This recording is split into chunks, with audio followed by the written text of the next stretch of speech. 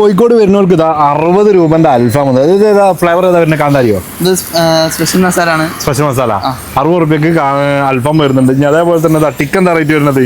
ടിക്ക 60 ആണ്. 60 റുപ്യക്ക് വരുന്നത്. പിന്നെ വേറെ എന്തൊക്കെ സ്പെഷ്യൽ ഉള്ളത്? പിന്നെ കാട, സ്പ്രിങ്, CDF, പിന്നെ ബീഫിന്റെ ഒരു കബാബ് വരാണ്ട്, ഷീ കബാബ്. എന്താ റേറ്റ് വരുന്നത്? അത് 50 ആണ്. 50 ആണ് വരുന്നത്. സാധനം റെഡി ആയതുകൊണ്ടിട്ടുണ്ട്. ഇതാ 60 രൂപന്റെ അൽഫാം സാധനം റെഡി ആകുന്നുണ്ട്. ഇനി അതേപോലെ തന്നെ കബാബ് നോക്കുകയാണെങ്കിൽ 2 ഫ്ലേവറിലാണ് കബാബ് വരുന്നത്. ഇതും 60 റുപ്യാണ് വരുന്നത്. ഇതിന്റെ അപ്പുറം കഴിക്കാനാണെങ്കിൽ നൈസ്പത്തിരി, പുട്ട്, പിന്നെ വേറെ എന്തൊക്കെ കണ്ണച്ചത്തിരി, പൊറോട്ട, എല്ലാ ഐറ്റംസും ഉണ്ടല്ലേ? കാടക്കൊക്കെ എന്താ റേറ്റ് വരുന്നത്? കാട 100 രൂപ. 100 രൂപ അല്ലേ? ഓക്കെ, ഇനി എന്തായാലും ഇത് എടുക്കട്ടോ.